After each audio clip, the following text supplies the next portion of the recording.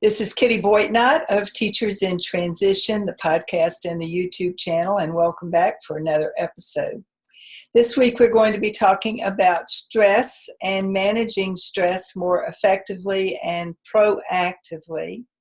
And I saw an article the other day that made me think about what I wanted to share with you today. And the article was about a high-level former government employee who had quit his job in frustration and had moved into a new line of work.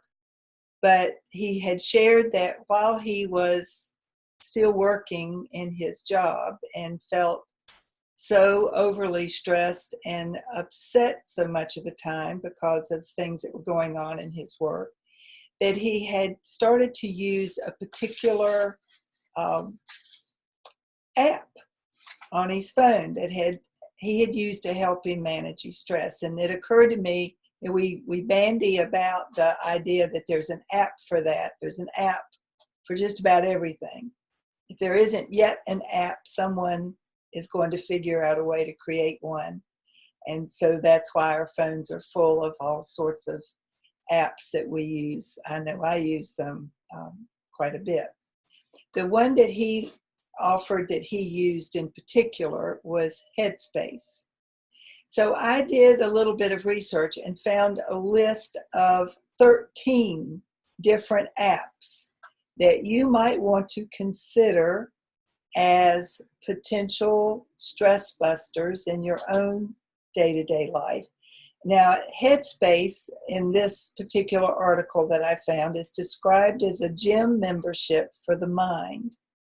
Headspace provides a series of guided meditation sessions and mindfulness training.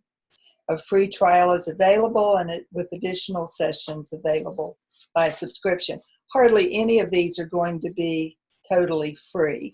Some of them might be, but a lot of them you might have to pay a fee. But if you're looking for relief from day-to-day stress, a minor fee for an app that might help you to better manage the stress in your life, it's a small price to pay, it seems like to me. Now, this article that I'm quoting from is Inc., an article from Inc. called Today's Must Read. It's from Today's Must Reads newsletter. The author is Lolly Daskal, so I want to be sure to give proper credit to the individual who collected this list of 13 apps that I'm going to share with you as possibilities for yourself to check out and try in the event that perhaps an app would be useful for you in your day-to-day management of your stress. One is Breathe to Relax, and it's spelled Breathe, B-R-E-A-T-H-E, and the number 2, Relax, R-E-L-A-X. It's a smartphone app with instructions and exercises in diaphragmatic breathing, a documented stress management skill. Now, that is absolutely true. Breathing, and I've talked about breathing in a previous episode, the importance of remembering to breathe. Breathing deeply all the way down into your diaphragm. Filling your lungs, holding and then releasing slowly. Doing that just a few times a day will manage the stress in your body, relieve the stress in your shoulders, and clear all the clutter in your head. Or maybe not all of it, but a lot of it. So breathe to relax is one option. Another one is Pacifica, P-A-C-I-F-I-C-A.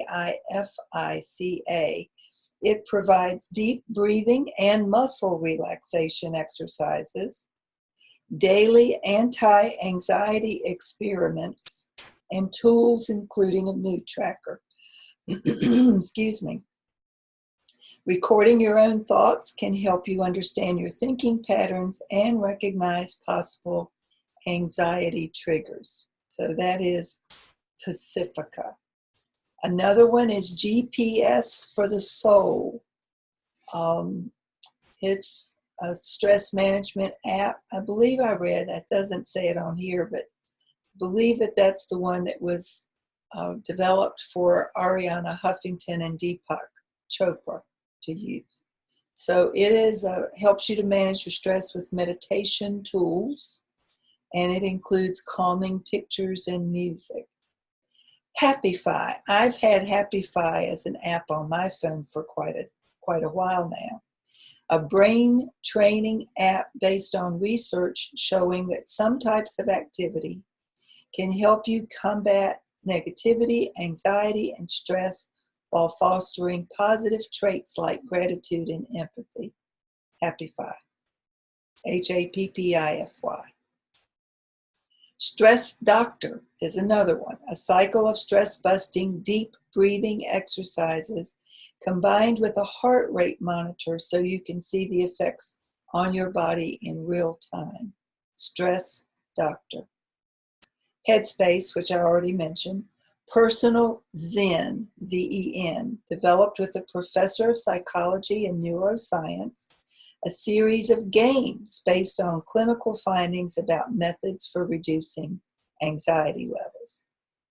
Another is My Mood Tracker. Knowledge is power, it says. Once you become more aware of what you're feeling, when you can begin figuring out links between life events and cycles and your moods, which in turn will help you manage and work around your moods. It may be one of those things that just helps you to become more mindful and aware, which is important in managing your stress. Another one is called Squeeze and Shake. It says, don't internalize your anger and stress, but vent them harmlessly on a virtual rubber duck. And I suspect you could use a rubber ball, or rubberized anything that you might be able to squeeze and work off some of your stress. Another one is Pocket Yoga. Relax with yoga. Look up single poses or put together single routines from a range of yoga styles and levels of difficulty. And then the last one I want to mention, this is not a complete list. If you want to see the complete list, you can go to Inc. for yourself. The title, I looked up stress apps, and that's how I found this particular article. Remembering that the author is, it's called 13 of the Best Apps to Manage Stress. And the author, again, was Lolly Daskal, D-A-S-K-E-L. But Pay It Forward is one of the apps that she recommends. It encourages a daily act of kindness, which is a proven stress reducer, with a list of suggestions as well as connection to a community of people who are committed to the principles of paying it forward. Perhaps you remember the movie from years ago called Pay It Forward, and it was about living a life of kindness and providing for others as well as for yourself. So those are some suggestions. Remember, there is always an app that you can find for to help you solve just about any problem that you may have. And stress is a reality for almost all of us. I don't know anybody who's able to completely escape stress as a day-to-day struggle, or at least a challenge, if not a struggle. It's more of a struggle for some of us than others, people who are prone to having anxiety attacks or having fearful thoughts. Folks who have that proclivity need to do whatever they can to help manage their moods, manage their stress, manage their ability to cope with the events of day-to-day life.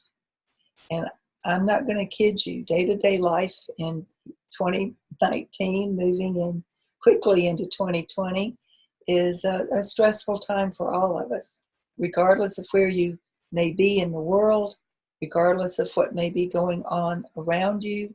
We just have a lot going on in the world right now, and it's a lot of noise that when you feel helpless, you start to feel more stress. So managing that stress, recognizing what you do have control of and what you don't have control of, and letting go of the things that you can't control.